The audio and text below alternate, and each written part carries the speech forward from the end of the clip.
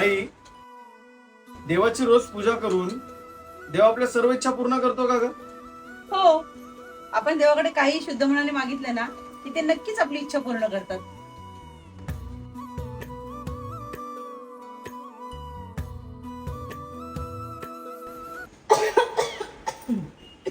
अगं हळूहळू सांगितलं होतं ना मी, हे असे डुप्लिकेट आणि फेक कापूर वापरू नकोस. आला ना आता खोकला. मग कापूर कापूर आहे. अगं आई, देवाकडे शुद्ध मनाने इच्छा मागितली की इच्छा पूर्ण होते. तसंच देवाची पूजा करायला सुद्धा शुद्धार्पण कापूर वापरायला हवा ना. हे असे फेक कापूर वापरण्यापेक्षा माझ्याकडे एक कापूर आहे. हा कोणता? हे बघ, गुरुप्रसाद कापूर.